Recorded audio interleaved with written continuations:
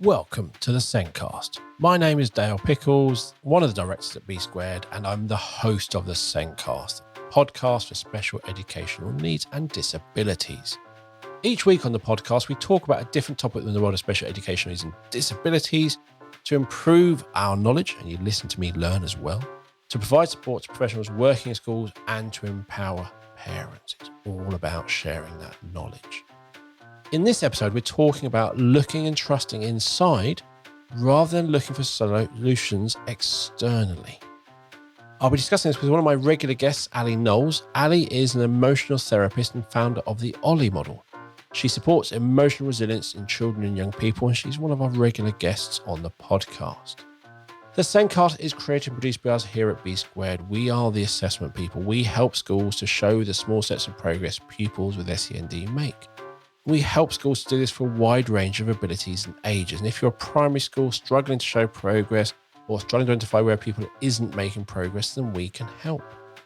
Visit the B Squared website or click on the meeting link in the show notes to book a meeting with me to take you through our assessment software and help you to show that progress those students are making.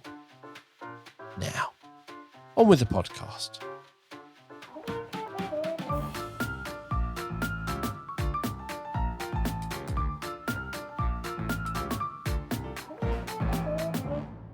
In this week's show, we're discussing looking and trusting inside rather than looking for validation externally.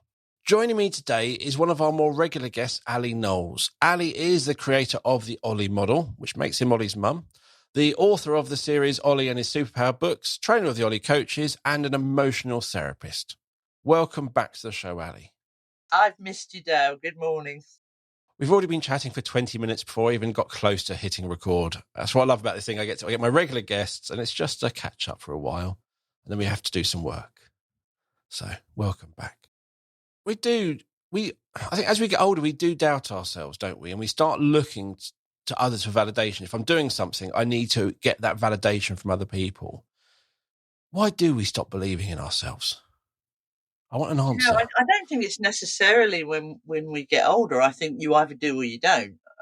And again, as cliche as it is, it really is about our childhood and how we're brought up. And if we are in an environment that encourages us to think for ourselves and to take a chance, and even if there's no failure, any feedback rather than, well, you got that wrong, it really depends what's embedded in our brains as we're growing up, because that does form us and create our identity. And it just carries on through if you don't get it dealt with.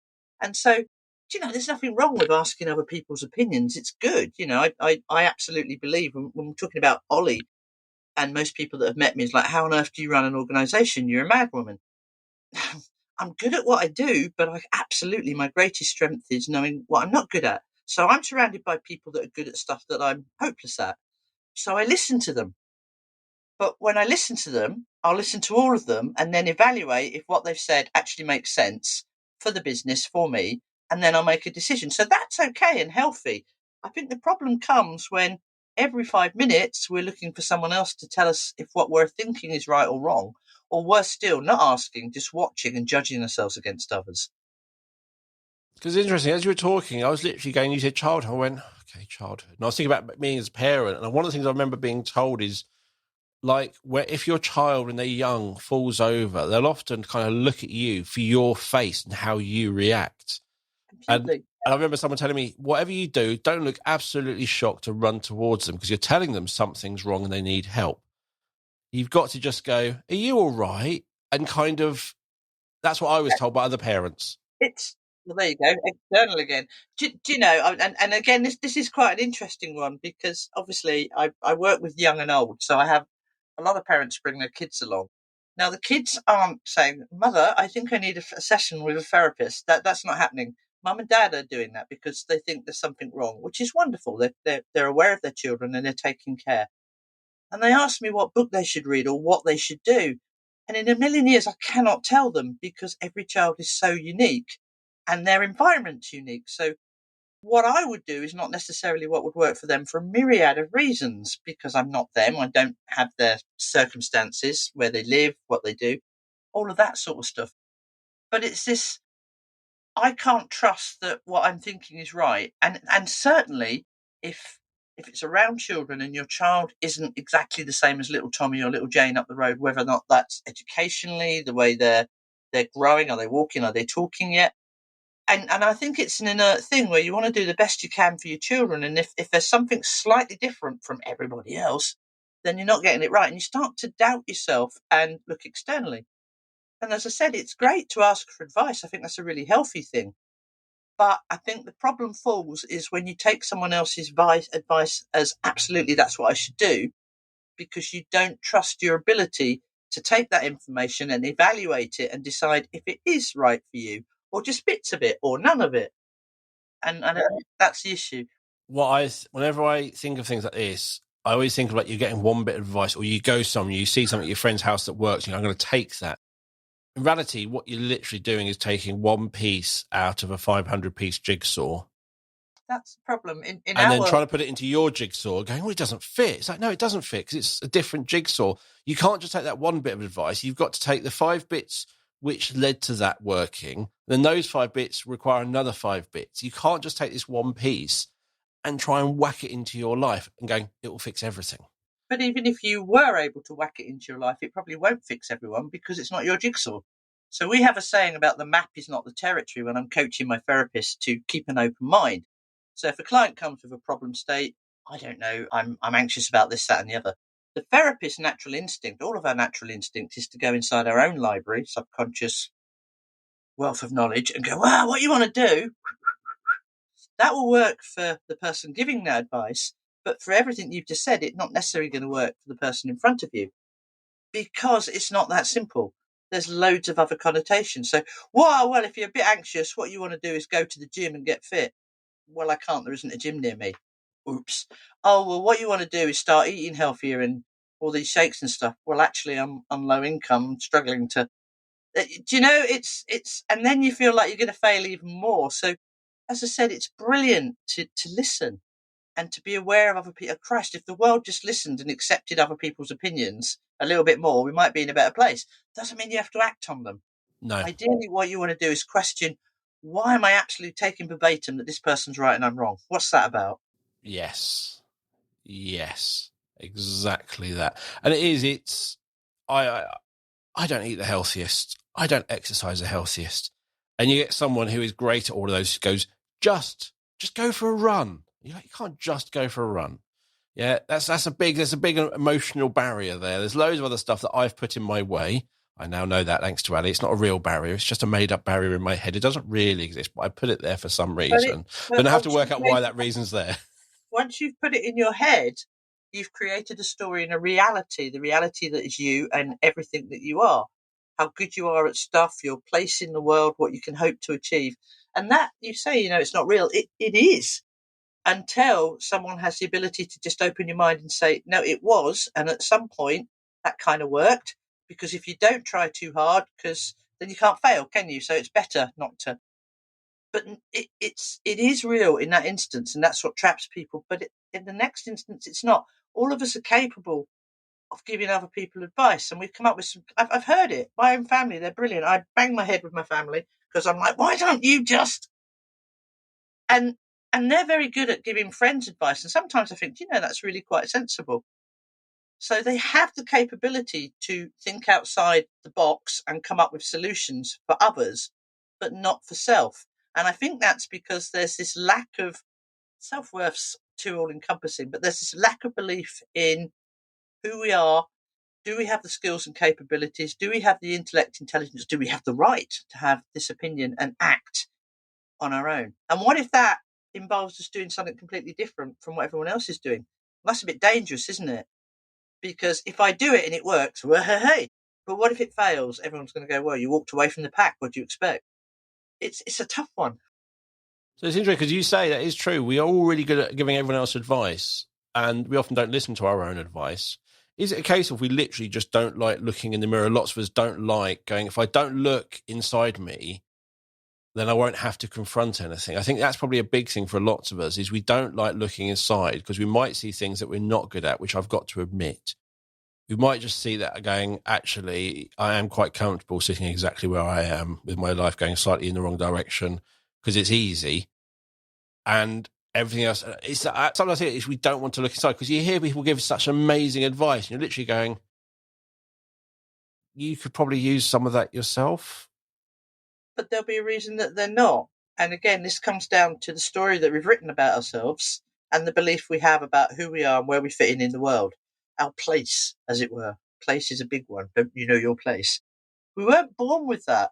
It really is the environment that we're brought up in, and no failure, no only feedback. So again, I come back to the coaches. It's the easiest way to explain this. They have to do a lot of assessment work to be qualified to work with us. And the first thing they go is, "Oh no, assessment." And when I ask them what it is about the assessment they're worried about, it's failure. And that will stop a lot of people even trying. And why do you think you're going to fail? Well, I always have. I wasn't good at school. I wasn't good. So that's now a belief. Yep. But it's not a reality. But once something's embedded, and certainly if it's around protection, if I don't do something, it won't hurt. If I make a decision and it goes wrong, I'm like an idiot. I'm going to get someone else to make the decision for me. And then at least I can go, well, you said. So it's a protection thing. And, I mean, there's a classic situation. You and I both work with a lot of kids that have additional needs. If you're a first-time mum, you're going to speak to your siblings that have probably had kids, to mum and dad that have had a kid. What do I do about that? And they can probably give you some good practical advice. Well, things that work for them within their beliefs and their reality. Yep. But what happens if you're the only one in the family that's got a kid with additional needs? It's a lonely bloody place, isn't it? Because none of them can give you advice because your child's so unique. And what that does is make you feel very alone. So I think that's one of the reasons why, where possible, we do want to ask other people's advice and we do want to take on board what they've said, because then we're part of something. We're the same. If we just, I just want to go back to that failing exams at school, that thing that people, I always failed. That's what, again, you failed at school, you failing exams or not passing exams at school is one part of what went on at school. Exactly. That is a reflection of you not being interested in school, you not enjoying school, you taking exams that you didn't see what the point was for. So why bother? Yeah. There are so many reasons why at the age of 16, you weren't really going for it. But now you want to be an Ollie model coach. Yeah, you want to do it. You've looked at where you are and you go, actually, I really want to do this. It's a very different thing. But as you said, internally, you just see, I failed before, I'm going to fail again. Yeah, and honestly, this internal dialect, if it's not an overtly positive one, will make you go left instead of right all through your life. And to be fair, it's only doing it to protect you. I remember I've got some quite intelligent cousins. They went to university, and there was always this thing about, if there was a family discussion, if we were talking about politics or anything like that around the dinner table, as one does, that their point of view would be better than mine because of this. They went to university. It's got nothing to do with it. They went to university to be a vet, not politicians and stuff like that. But that was then embedded in me that I can't actually trust my opinion because I don't have the educational capability to be open-minded and wise and worldly enough, or whatever it is, to come up with something that might be right or correct. So you tend not to. But then I think if we take this to the thing that I'm seeing in my therapy room, which I find really, really alarming, is we've always gone to GPs if there's something wrong. Let's not even get into that one, right? Yeah. But what's happening more and more is I have 7, 8, 9-year-olds that are on antidepressants. Why? Because mum and dad are pulling their hair out. They know there's something wrong with their child. They can't get help and support. You go to your GP. GP's got 10 minutes. He's not a psychologist. Antidepressants. It's external.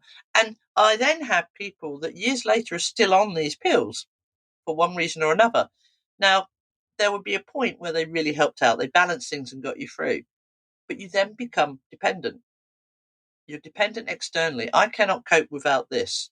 I cannot cope without going to see my therapist. I cannot cope without making sure that the thing I think I'm about to do with my mortgage, I need to go and check it with someone cleverer than me.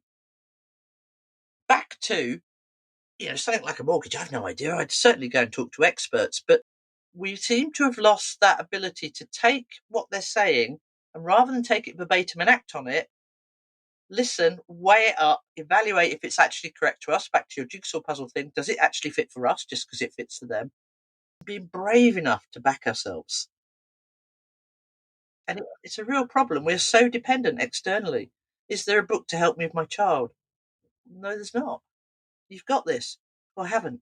And I know it's terrifying. We don't want to get things wrong, certainly for our children. But I think if we could just trust that actually you're the only one that knows your kids. I'm a therapist. I could spend months with them and not know them the way you do. The only one that can make decisions for you and yours is you, because you're living that life. It's your jigsaw puzzle. That's the thing, is that mortgage is quite a good one, because you'll go on a website and you'll put in how much do you earn? What's your monthly outgoings? And you'll probably lie. You'll probably reduce them because you forget all of them, or you forget that bit. And then your mortgage will go, yes, you can, yes, and we've done a check. You can afford this based on the information you've given us. And they go, yes, you can afford this. So you go, okay. But it's that thing of going, right, I've got that number. Now let's actually go put it into my own finances. Can I really afford this? Yeah. Or I could afford it if I stopped doing that. Actually taking that information and really thinking about it. But we don't. We see it as, oh, I've been told I can afford it. Off we go. Yeah, but then if we take a step back from that, I think the other point that I see, and it bothers me as a therapist, because I absolutely do believe we've all got what we need inside. If we just give ourselves a chance to be one of those voices that we're asking for, what should I do? Include yourself in that, and we don't. And what tends to happen then is more and more I see people looking externally to people that seem to be in a better place than them, doing better with their children, have a nicer house.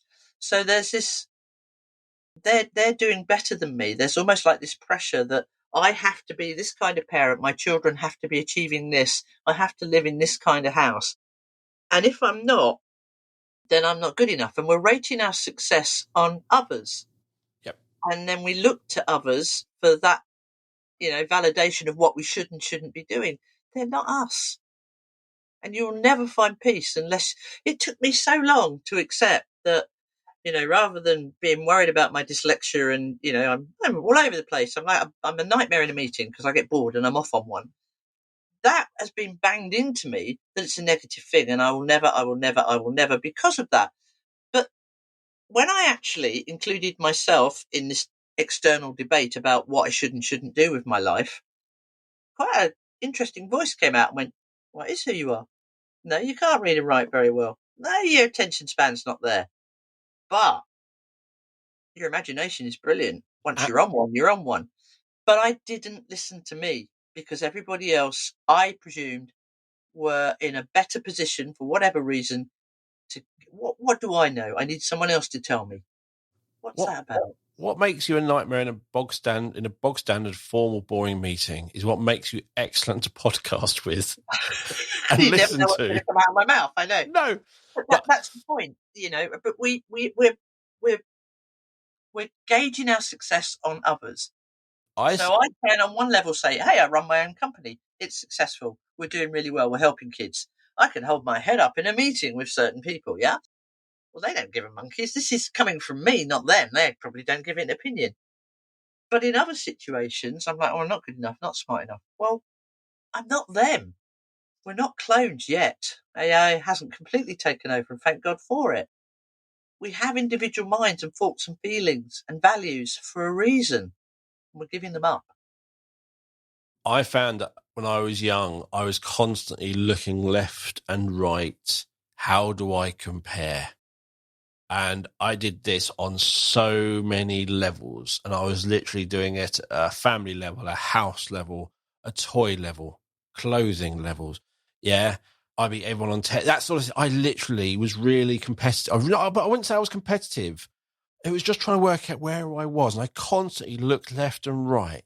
Where was I? Am I in the lead? Am I doing the best? And I just did this. And then, and the thing is, a lot of time I did it because I felt I wasn't doing well. And I always end up choosing the way to compare with people that I did rubbish in. But I didn't really choose other things which I did really well in. I ignored those. I was trying to building up my self-pity type approach. And then at some point during my later teenage years, when I started working and I started earning money and started buying the things I always wanted and started doing this and met lots of different people, because I used to work for IKEA in a building with 500 other people. The complete spectrum of life in that building. I loved it. And that's the moment I realized we're not all running to the same place. Yeah. We're not even running near each other. Little arrows on the ground, but I get your point. Yeah, in the IKEA shop, we're definitely running in the same direction, unless you know the shortcuts, which are now much more obvious, which is not as fun. But no, we were all my destination. And at age 17, the 35-year-old who I'm working with isn't further down that line. He is on a completely different line.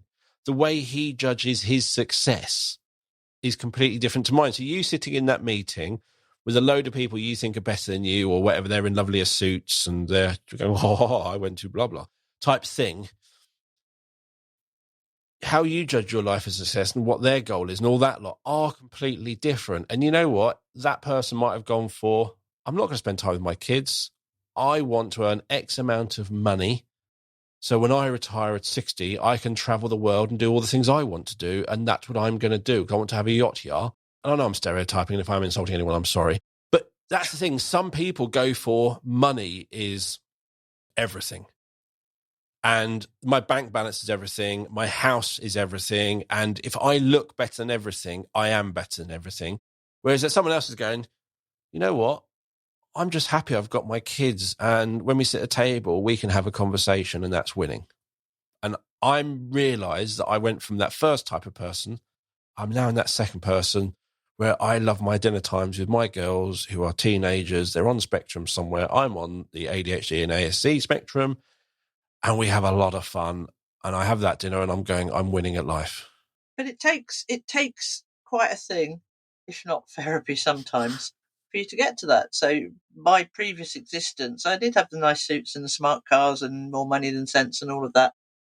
Was I happy? No. Why was I doing it? Because there wasn't even anyone giving me advice. It was this inner dialogue that I had that in order for me to be good enough and to fit in, this is what I had to achieve: the nice house, the nice car, the nice suits, the job title.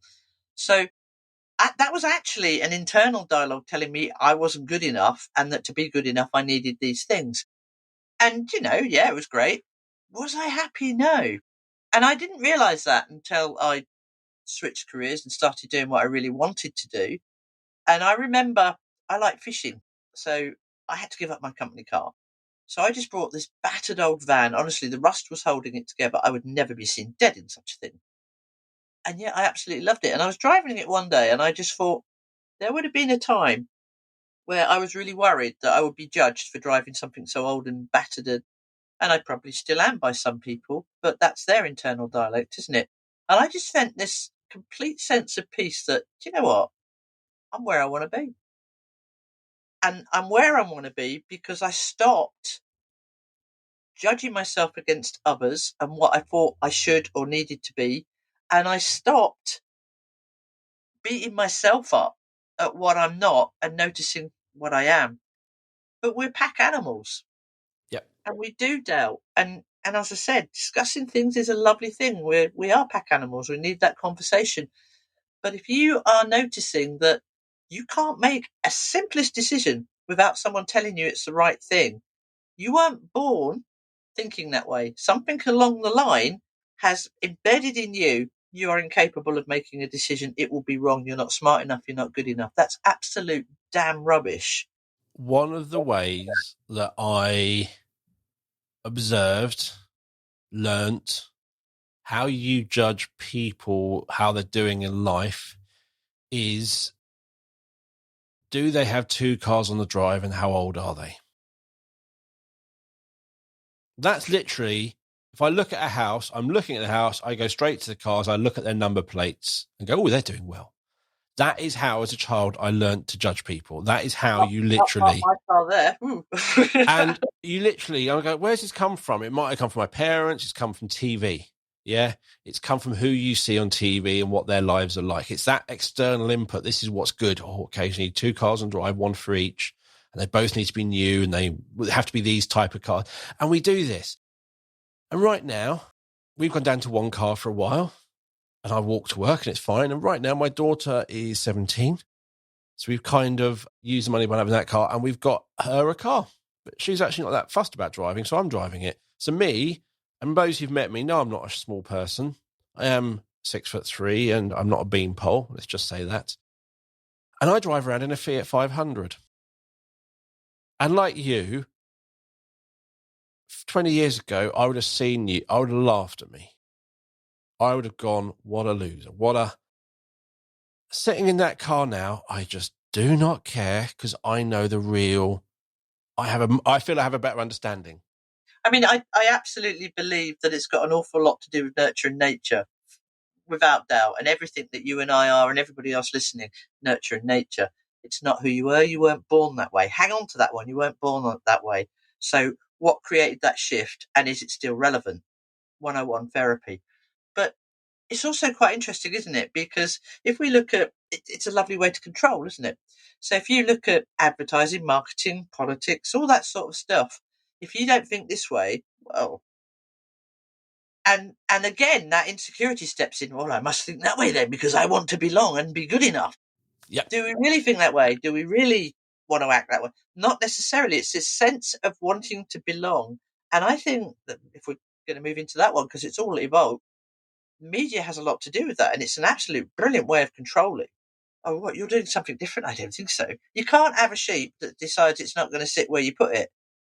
So it's quite a useful trait for some people that we do have this insecurity, and not everybody. So as I say, it's nature and nurture, and that we do have this self-doubt because our need to belong and fit in and not be out there on our own is so strong that often we do stuff that it's not us, and we actually know it's not us, but we're doing it because that's what you should do.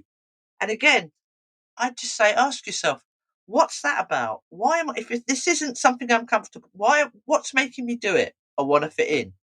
Why do you want to fit in? Well, have that conversation. It's quite an interesting one. And you start to unearth stuff and realize that actually most of the time, this need to want to fit in and not trust your own judgment is not you, the adult you are now speaking. You're being hijacked by a much younger version of you that was put in your box, told you're not good enough, not smart enough, or that's not for the lax of us stuff. And it's embedded in you. Makes it real. But it's only real while you allow it to be real. Definitely. But I think I'm going to avoid the word social media for another couple of minutes. I just want to come back to something. And it is best. You said the word media, and I'm going, oh, we're almost there. We're almost at social media. I'll come back to that. But it's things like, I find, like, if we think of Christmas presents, there are certain presents which sell out every year. There's the top present that everyone's after, or this lot. And I as a parent, I have been the parent. Buy it for your kid, even though you've got to remortgage the house. Yeah. I can't go that far. I still, a certain part of me goes, that's just ridiculous. And the thing is, we get them for the kids, and I don't think a single time we've done that present has been their favourite present. And it takes a while. And finally, you stop buying the presents because everyone else tells you your child will like it. You're actually going, what will my child like? But there's something else going on there as well, though, isn't there? And that's where, parents have the hardest time because they want to be the best they can. They want to get the judgment right for their kids and give them every opportunity. So, yeah, if everybody else in the school's got designer Adidas trainers and your child hasn't, you're going to feel like you've let your child down, which is, I'm not good enough. I'm not. So it kind of evolves in there. And again, if we're back to kids on the spectrum, because we spend an awful lot of time with them, the number of parents that think they're failing and think that they're being judged by others if their child just be's who they are in the supermarket. Their first thought when you ask them is, oh my God, all the other parents are looking at me and saying I'm a bad parent because I'm not controlling my child. It's that constant need for us to be what other people want us to be or what we feel we need to be accepted and respected. And the truth is, and I know it's cliche, but the only time that you're going to find peace and happiness, whether it's a new job, bringing up your child, is when you go, do you know what? I don't know if you do it this way, but I'm going to, and this is why. But to do that, you've got to be brave enough to not look externally and just trust your gut, quite literally. And you talked about your child being who they are in a supermarket. If we go back to early, you talked about you might be the parents of the only additional needs child in your extended family, and you meet up at Christmas, and you've got all these kids doing the model things, and you look at your child and you're just going, what are you doing? And more importantly, you make up your mind, because then we do this brilliant thing where we mind, although some people don't mind read, sometimes our siblings point out we're rubbish parents, but we mind read, and we're doing it all the time. So we could be walking down the street and mind read, oh God, I'm driving a Fiat, he's got a Mercedes, I know what he's thinking. No, you don't. He probably hasn't even bloody noticed you. You're not that important. Exactly. But we do mind read. And certainly in that family situation, you're like, please don't. They're going to do it any minute. They're going to do it. I know what my sister's going to think. Both of her kids are just sat up at the table behaving. I'm a bad parent. I know what they're thinking. One, we don't know that. They may well, but if they're that shallow that they cannot see that your child is unique and a little bit different, then, why do you care what they think? If you're going to worry about somebody's thoughts or opinions on who you are, at least have it based on someone that you absolutely respect their thoughts and their opinions in every aspect. Not people that in a million years you wouldn't trust to choose the colour of your front room. Do you know what I'm saying? Yes. That's the thing. If you're a child, you look at them and go, don't do that, don't do that. Oh, they're doing it. Right. Why is it wrong? Why is it wrong? Are they happy? Yes. Is it hurting anyone? They're not conforming. Oh, no, they're not conforming. Yeah. And I think I'm past conforming. I've never really conformed, which is why I'm not that hung up on it. I'm just literally going, right, they're enjoying themselves. And I've had arguments with my wife of, should I tell my children off in front of family? No, you shouldn't. Why? Because it's embarrassing. It's like, according to who? Where's that written? And I'm like going, I want to give them a consistent approach that doesn't matter where we are, it's consistent, and they've done something wrong, and and it's just interesting how you're literally going, please, and it is not about what they're doing. You could be quite happy with what they're doing. It's just not in front of other people. It's that sort of thing, and it's all about you. It's about feeling judged. And even, if we're feeling judged that they're all looking at me and saying I'm brilliant, that's okay, because that's good, that's part of the pack. But if your brain, and 9 times out of 10, it is your brain in this internal dialogue, mind reading. For all you know, your sister's going, wow, you're amazing with your kids. I don't know what I'd do if mine didn't sit down when I said, I don't have your patience. And that's probably what they're really thinking. But you're like, oh, no, I'm a bad parent. Oh, my God, my kid's the only one that's not. That makes me a bad parent. And then the really worst ones, and, forgive me for this, but it's true. Then the guilt sets in that this is my fault that my child isn't like others. So therefore I'm even less of a capable person or individual. And it's horrible to be in that loop. It's not as simple as have a word with yourself. And yet it is. Jigsaw puzzles. That was a brilliant analogy, a brilliant metaphor. There are no two same jigsaw puzzles on this planet for the 60 billion people that are now walking this planet. No, you can't take someone else's jigsaw. We'd be bloody robots. And, we're not robots. We're individuals with life lessons, whatever your beliefs are. But if we all become robotic and we all follow the same rules and we all wear the same shirts and we all march at the same rhythm, haven't we lost something fantastic? I think it's kind of cool to not be so sure and to be a little bit different. But I think the really cool thing is to embrace it rather than freak out that you're not part of the pack. Because I tell you what, if we all put our hands up, there's more of us than there is of them. But if I'm driving along my Fiat 500 and that Mercedes driver drives past and he doesn't notice me, I obviously notice him because I'm in a Fiat 500 and he's in a Mercedes. And I sit there and go, he doesn't own it. He might do, but what does it matter? It's the thing, it probably doesn't. He's probably renting that, so he looks great. But why does it matter? Because my destination isn't the same as his.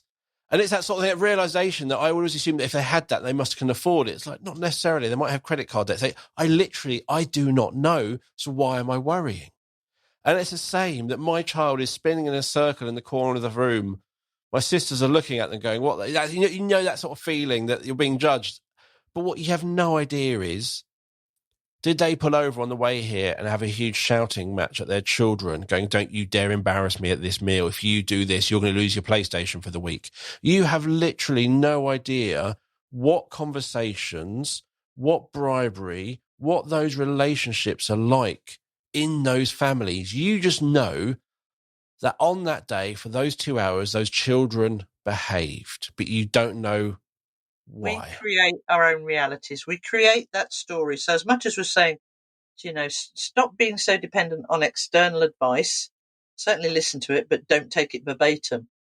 Also, take responsibility for the fact that you are allowing this to happen. You're allowing yourself to think this way. And yes, it's because you weren't born that way. But I remember there's I say this, I don't know who listens in, but hell, I don't care. Village not far from here that's very, very nice with some very successful people living in it. And by design default, I think it was a tennis club that I have nothing to do with, I got invited to a party there. And my insecurities went through the roof because that internal dialogue, even if they're just wearing jeans, their jeans are going to cost more than my house. They're going to know how to hold a conversation. They'll know what wine's what. I don't belong here. I'm not good enough. I don't fit in. And they won't value anything I have to say. And it was so, so interesting. And I think it's the joys of being a therapist because I people watch. And yeah, the cars parked round the block. It was like a showroom. And they had very expensive jeans on, let's be honest. And they were talking about their successful businesses and what have you. And I'm a therapist. So I get to meet a lot of them away from that scenario. Now, these are people that me personally would go, you've got to tell me what to do because I'm not smart enough. I can't trust my own judgment. You're successful, #successful. I need to listen to you. But then the joys of actually doing my job, I see the other side and I'm thinking, no, you asked, well done, nice car. But I won't be asking you if I'm worried about this situation going forward because, we don't know and we mind read. But it really, when did you stop backing your own opinion? I saw pictures of social media. Get there in a second. And We're it going to start was, here, won't you? Don't start me off. and it was a picture, and it's these people who have the cars, and the jeans cost more than whatever, and all their clothes and their outfit they're wearing cost them £20,000 for even get to their phone case or their jewelry. And there's and it said something like, there's wearing expensive clothes rich, and there's a picture of Adam Sandler in just t-shirts and shorts, and it's like, and then there's being Adam Sandler rich, where you don't care how you look. It's like, I don't think that's kind of how rich you are. I think that's about maybe what your level of mental health. This is me. How rich are you in the priceless thing, which is absolutely being comfortable and at peace with who you are and that individuality. That's what I look at it. And what they say on that thing, I went, that's not the reason. He's not that rich. He is comfortable with who he is and what he's doing. But it's regardless of what I see in my therapy room, if you really, really drill down, what it comes down to is what is force-fed us of what is acceptable, what is successful, whether that's cars and jeans, or it's how your child's doing at school. Are they talking yet? Are they walking yet? How are they doing at maths? Are they keeping up with the other kids? And it's force-fed to us. And it's, this is what school's like now. You have to tick box. This is success. And if for any reason you're not ticking those boxes, and certainly around your children because they're not developing at the same pace or they're not, then you actually go into this meltdown that I'm not good enough, I'm not doing a good enough job, where the reality is I absolutely am, because there's no gauge to measure my child because they're so unique. Yep. And that's the way you should look at it. But that's easier said than done when everyone's like, well, no, they're not doing good enough. What are you doing? You're not a good parent. And that voice that's what you hear rather than I'm doing brilliantly, because I'm setting the gauge because there's no other child like mine. So there's nothing to judge them against. And actually, with everything that's going on, I'm doing. I defy you, Mrs. Perfect Children, that do come and have a go. No chance, eh? There is no gauge for any child. That's what I say. There's no gauge for any child. You might think they're fitting on the normal set. I remember talking to someone ages ago, and it was them telling me how they went their son to this school, and then they paid for him to go to this college. It was a really good college, and they went to, I don't know, St Andrews or something. It was really prestigious. And after the second year, they came home and went, I don't want to do this. And it's like they've finally woken up. They were on this conveyor belt of all these lovely things, but they didn't know where they were or who they were or what they wanted. And at the end of the second year, they went, I'm not going to go back. And the parents threatened to disown them. So if you don't finish your university, you're not coming back and I'm going to disown you. parents, what's that about? Social standing, upbringing, sense of achievement based on what? You've been force-fed. So they went back, they finished that third year of uni, they got their degree, and they now play in a mariachi band and are happy. Yeah. So just because he was on that normal scale that you can judge every child by doesn't mean he was on doing well on his own scale. Then you have the flip side where you have people that, we're being very cliche here, but hopefully people recognise that we're just using metaphors so we don't have to keep describing these individuals. But they're nice jeans, a nice Mercedes, their kids are perfect and are at university and they live in a lovely house and probably own a villa somewhere. Those guys, there are some that they wouldn't, if you ask them what makes them happy, it would be none of that. It's just, I just love being with my kids and I enjoy what I'm doing. And there'll be others that absolutely, well, this is success. And they do judge. And they do make anyone that's not doing that or achieving that feel less than. And if you're already feeling that, what's that about? Because that's another force-fed thing. I'm better than you. Look at my car. I'm better than you. My kids are better behaved. I'm better than you. Why do they need to feel that? They weren't born that way. So somewhere along the line in their little nature nurture thing, it was, well, darling, we are better than the neighbours because, we don't just go here for holidays. It's this whole social thing of belonging.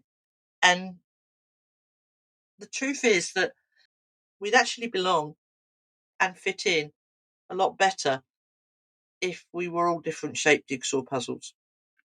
And it would be a much better jigsaw. But But we the moment are we start different.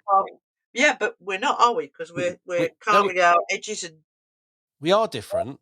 We're just trying to change our shape to fit into this apparent mold we have to fit in. We are all a different jigsaw piece. We don't go together. Yeah. My jigsaw piece might go together with only 3 other pieces in this world type thing. I'm not saying the whole soulmate thing, but things like that, getting on, the way we think, it's really actually limited. And let's get social media. So I think growing up, you had TV. Yeah. You saw on TV how lives were. You saw various holiday destinations with Gloria Honeyford or whoever on Wish You Were Here.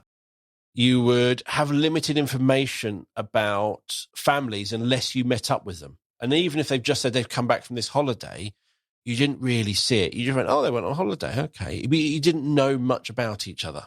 It was kind of like, I've got a limited thing to compare myself to other people.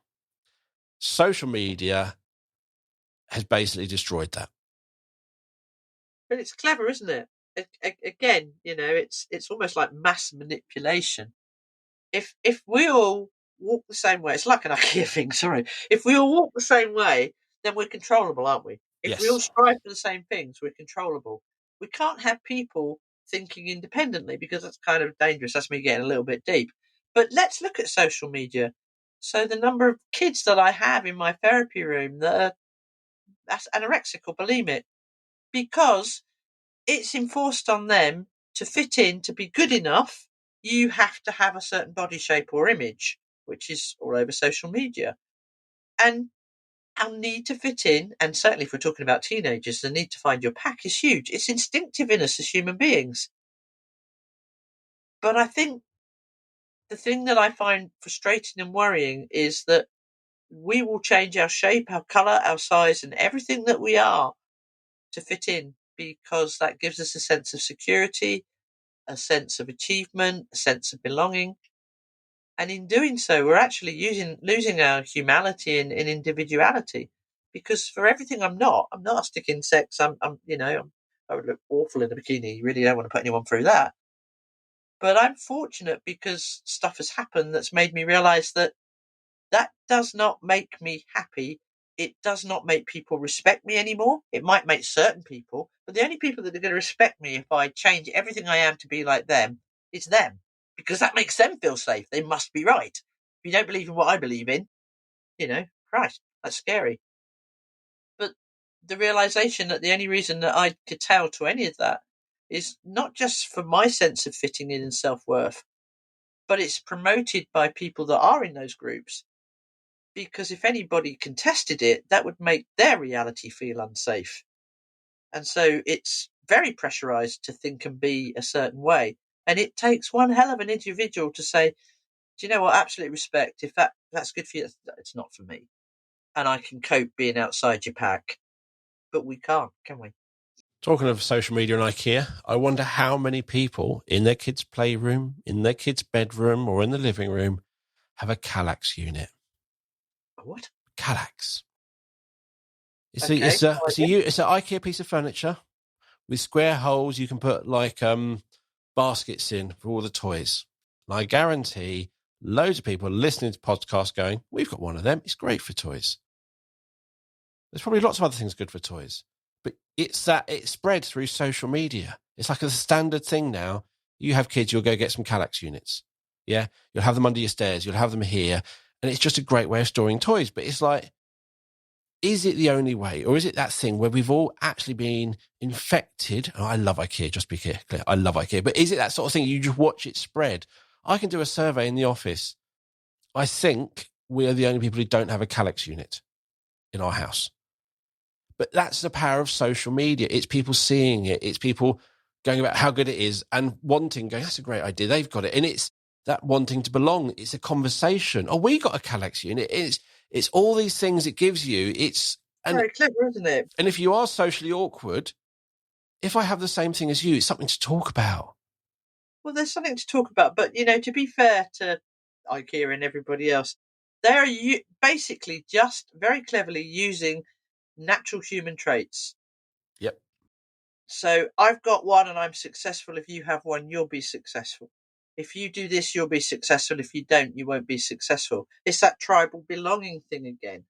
And they're very clever to use it. And why wouldn't you when it is so embedded in us? But what we need to do is to get people, and seriously, anybody listening that knows this is them and they're afraid to make a decision. They're judging themselves at not being good enough, whether it's about the kids, themselves, their life choices. You weren't born that way. Somewhere along the line, it was embedded in you that your thoughts, your opinions, your beliefs are irrelevant in relation to other things. Absolute rubbish.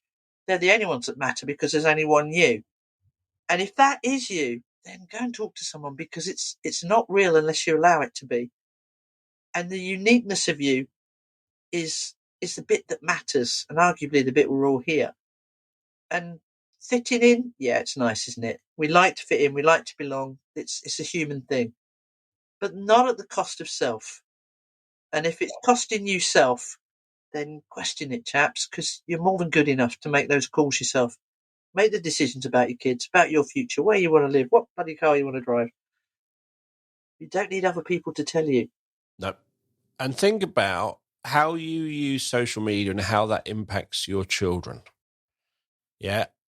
That's a whole podcast, Dale. There is. Because we found ourselves, like, you post a picture and when your kid says, how many likes have you got? That was a big red flag to me. Again, it's that sense of belonging. Look, I'm really popular. I fit in. I belong. It's a human instinctive thing, but recognize that you're doing it. Ask yourself why. What is it that makes you need to belong to that tribe? It's not about enjoying what you're doing. It's about seeing to be enjoying it and people liking it or being jealous or whatever. It's that I'm going, can't you just enjoy it? I think it's when every time I watch the New Year's photos, it's like, here's the fireworks in Paris, and you see this thing, and all you see is a sea of iPhones or phones. Or they're all literally recording the fireworks. It's like, don't record it. Just put your phone away and enjoy the moment. How often are you realistically going to re-watch the New Year's Eve 2023 going into 2024 fireworks? How often are you going to re-watch that? You're not. But you took that photo so you could tag yourself and say, I was there, to make others jealous and to reinforce your self-worth. Let's all put our phones down and just go, wow, that was beautiful. I've really enjoyed it. I'm going to go home now and do something else. That's what's healthy. Oh, yeah, it's also free thinking and it's dangerous at I'll stop. levels. I'll stop, sorry. Apparently. No, mate, I'm completely on tied with you on this one, but it is. But I think things happen. We're not born doubting ourselves. regardless. Do you know, even if you know you're, I'm not going to say unfortunate enough, because I think everything that happens to us happens for a purpose, if only we can see it, and it takes a while sometimes. But imagine you're born paralyzed, one leg, whatever. Okay, if the people around you are, well, okay, right, you can't run, but you probably could if we got you these. You can't. You're less than somehow. And you're treated less than, even by well-meaning people that are like, do you want me to do that for you? Do you want me? That's going to form a belief in yourself about who you are and how valued you are in this world. Yeah. But if you have the nature nurture thing again of, okay, mate, no, you can't do it like other people can, but you know what? You're not other people. You So need how are someone you in going your to do it? corner, or you need to be an incredibly strong person who can deflect all that negativity. We have a thing when I'm training our therapists, because I absolutely believe you've got everything inside. It's just been knocked out of you at some point, where I will never answer a direct question. So no matter what the coaches ask me while we're training them, I'll throw it back to them and go, that's interesting. How could you have done it differently? What do you think made you think that way? And what happens at that point? And they go, and they have to go inside and challenge what they've just said. Yeah. This recording of I'm not good enough, I can't. Their instinct is, well, I don't know how to do that. What part of it don't you know how to do? And they're like, and then they start to break it down, and they break down that recording, that story, that identity, and all of a sudden they realize that absolutely they do, but their go-to, because of whatever, is I can't. If you're listening to this and you're hearing us moan about social media and you're thinking, I'm going to delete this Facebook app or whatever, I'm going to do this. In my opinion, that's a completely wrong approach. Because if you just delete that Facebook app and you have a 3 weeks off, you'll come back in 3 weeks and do exactly as you did. Maybe slightly less for a couple of weeks, but you'll get back to it. I would say you need to leave that Facebook app on there. You need to change your feed. I'm not saying unfriend people, but unfollow people. Yeah? If that person makes you feel rubbish, but you know that if you lost them as a friend on there, they'd notice. Unfollow them so you don't see their rubbish.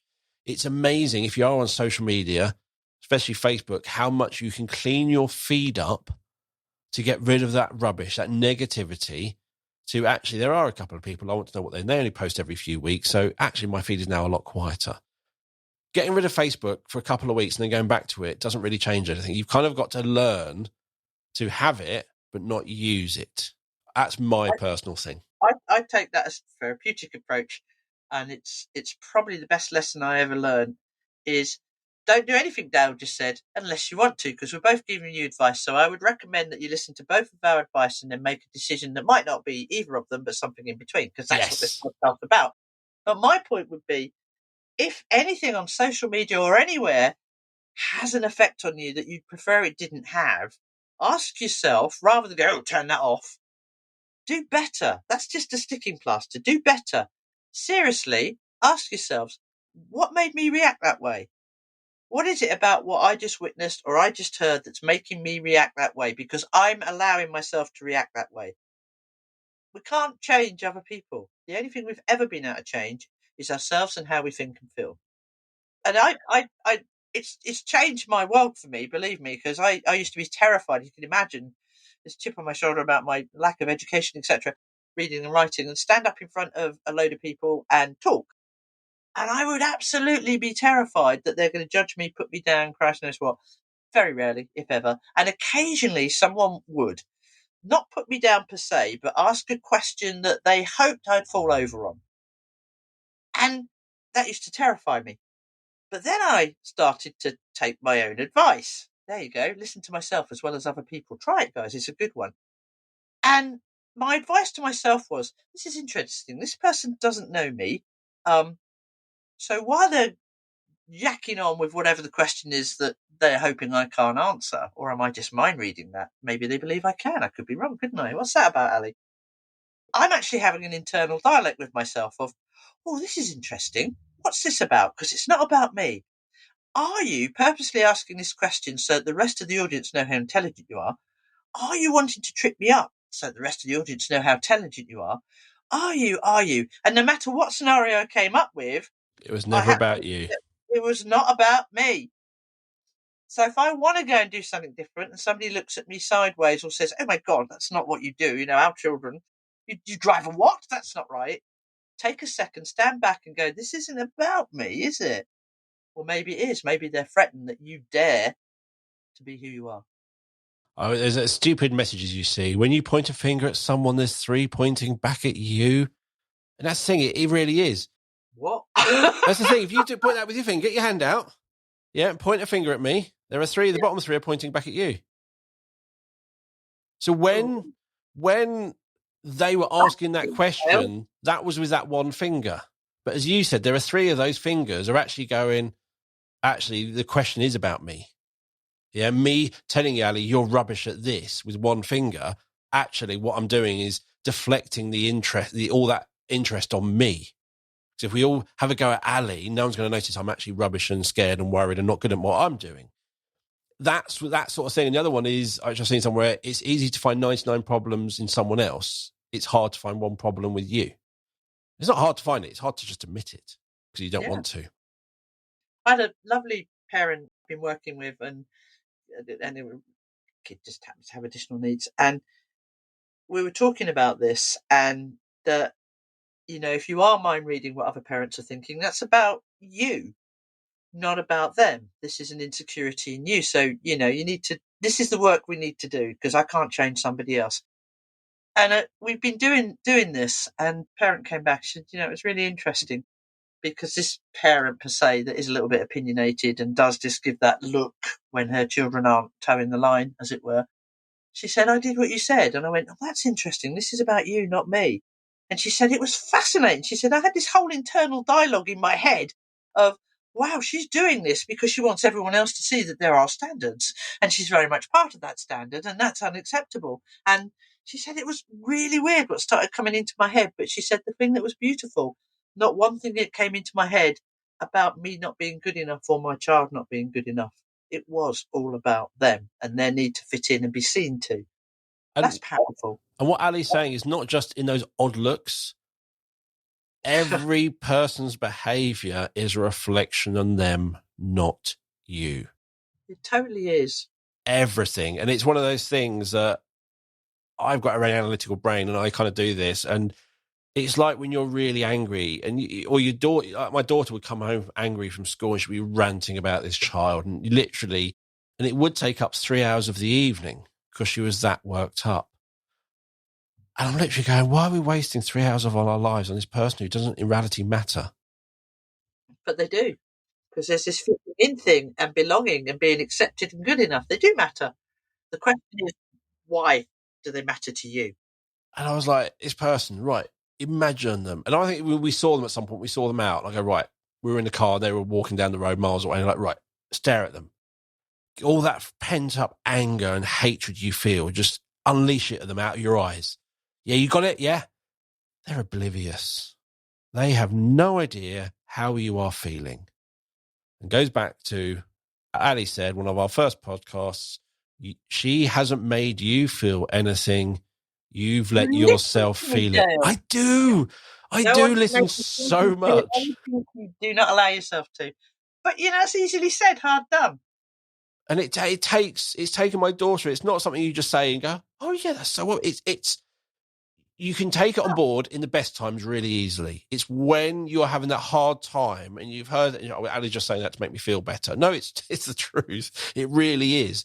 And it's hard to take it on those hard times. And with my daughter, we've worked on it for a while, and we do literally, I'm not saying all the time, but generally she doesn't get so hung up on those negative things. It's just, oh, this happened, and we generally move on. And overall, she's just learned to not let these people affect her. It's not always easy. And the last bit I just want to say is you talk about your life from having that fast car, the nice suits, to driving a rusty bucket, becoming an Ollie coat leader, all this stuff. And Finding Ali. It's a lovely film. We'll do the cast. We'll work out the casting after the podcast. Who's going to be who? Jennifer Lopez. But what? To be you, of course, not me. What you can romanticize is that it was a lovely, smooth journey that Ali went on. And when you see someone, either in your life, they've given up their career and you've gone to that, and you just go, wow, you must feel so free. You're like, no, actually, I had a nervous breakdown, but I've not let anyone know. I kept it together so no one knew I had a nervous breakdown, because you can't have one of them. They're standards, you know. I And you, did. I didn't keep it to myself, and it was a real. Oh, blimey, I'm human. and that's the thing is, when you see someone, don't just think, oh, it's all right for Ali because she did that, and then she just woke up and realized one day, and then their life was happy. No, that's not what happened. We all have horrible struggles, which we keep to ourselves or let a few people in, or we just disappear for a bit and then come back and everything's fine. But so don't just think you're the only one struggling with life. Yeah, just think, wow, I'm struggling. Then imagine that person going, I wonder what they're struggling with. And we're all struggling. Yeah, one of the first things that the guy that first did any training on me and took a chance on me, he had this favourite saying, "We're all fellow strugglers." And I remember thinking, you don't look like you're struggling for exactly those reasons, but you don't know. You do not know. And the one bit of advice, the lovely bit, I've given you a couple of things about fingers and things like that. But what is important in my life, I can always sum up by watching one of those little Facebook videos of a child on a stage seeing their parent.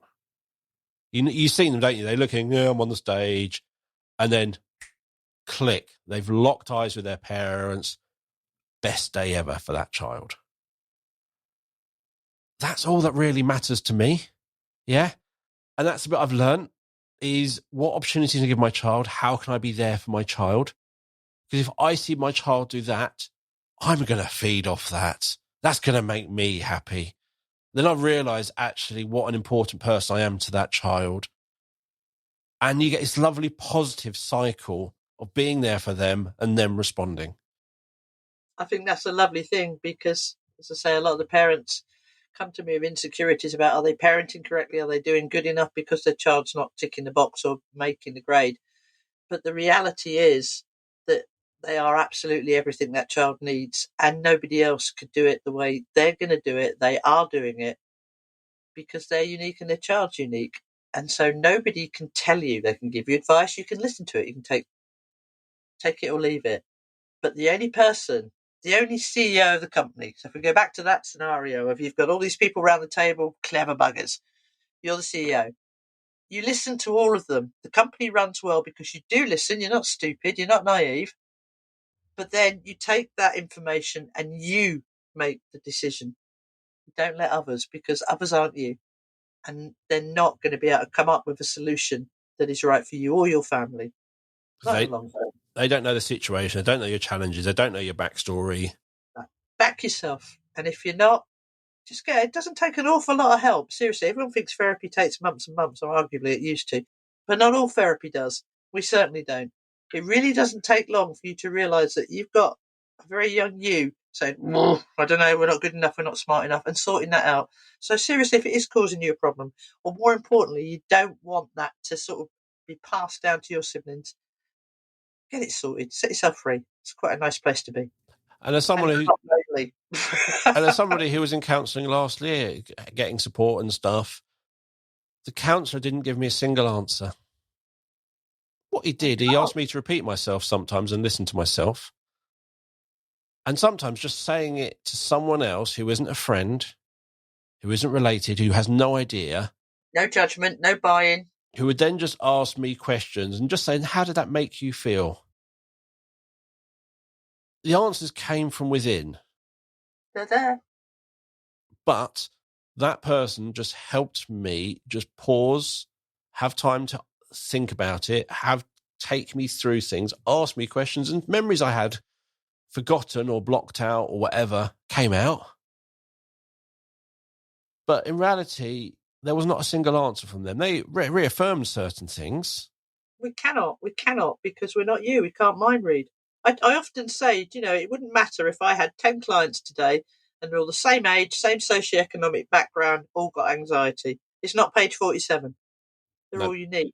And I think the thing is, and again, it's lovely what you just said, is I'm asking you to listen, but make your own call.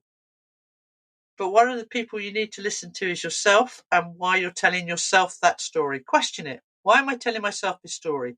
And if what you get, well, because it's true, that's because you've asked yourself, why are you telling yourself that story? I hate the word why. Try it. You know this. If you do it, why? You just go in a circle. Word it differently. What made me just tell myself that story? Because it's true. What part of it's true? Well, all of a sudden, you have to change your story to answer that question. Lose the word why, chaps. It's a really powerful thing. Or as you often say, you give a story from when you were much smaller, much younger, less knowledgeable, less everything. Yeah. And you're still holding on to that truth. Like, but you're this, you're taller, you're bigger, you're more intelligent, you've got experience, you understand that you get the perspective better. You can now see it from every... Why? Thank you, Ali. Absolutely loved today. I know we could keep talking. Yeah, we could really annoy IKEA people a little bit more, most of social media and anyone else listening. I got a But you long know list. what? If we do, then if we have annoyed anyone, what's that about? Because it's not about me, it's about something in you. Take that message away, chaps. Other people, they might have more experience. It's good to listen, but they're not you. They can never be you. They can never be the right answers for your kids. You can. And if you're doubting that, do something about it. And Kallax units are great. It's just it's interesting the way it spreads. Ali's going to look at Kallax units after this. No, I'm not. Because you've probably got a deal with IKEA where they'll pay you commission for all the Kallax units you've just sold. I've just said it again now, so I'm guilty. I've no idea. Other toy There's a boxes. link. There's one of those affiliate links for IKEA in the show notes. There is not a link to Kallax in the affiliate notes. So IKEA don't do that. I've tried. I have a plastic box in my therapy room full of toys that I got from Poundland. Just as effective as an IKEA whatever, chaps. It's just I just watching how it spreads was just stop now. I did say we stop. We're still talking. So if you've done another lap of your walk because we're still talking, I'm sorry. That IKEA box, yeah. And if your dog's really, really tired now, I'm sorry for that as well. Ali's given me a load of links as well, so I will put those, as always, in the show notes. And as always, you're going to find the show notes wherever you're listening, and you'll get Ali's contact details and everything else, and you'll find the way you're listening or on the website. If you listen regular and you haven't left a review, please leave a review. You can do it on iTunes. I believe you can do it on Spotify. Maybe you can rate us, or you can do it on Google. Wherever you can, if you can review us or let people, please do. Or just let everyone know about it on social media. Please let people know about the Sendcast. It's great, and I love doing it, and I love spending time with Ali and all my other guests, just learning and having fun. And also, this is a bit of a counselling session for me because I reflect on all the things she's told me and think about, am I doing them all properly now? No. Okay, get on with it, Dale. If you are struggling to show progress, if your assessment process is overcomplicated, takes too long, or you want to see what is available, have a look at the B Squared website or book a free online meeting with me so I can take you through our products. We have a range of assessment products to help all schools to show the small steps of progress pupils SEND make. We also have frameworks for all pupils in primary settings. Not as detailed, less detailed, just works really, really well. And if you're a school in England still confused by the engagement model, not sure about the pre-key stage standards or anything else around assessment, get in contact. You can also find out about our online training, our conferences, read our blog, watch our webinars. It is all on the B Squared website, and you'll find a link to the website and to book that meeting with me in the show notes. So thank you for listening. We'll be back next week with another episode of the Sendcast. It is goodbye from me. And goodbye, and back yourselves from me. Take care, everyone. Bye.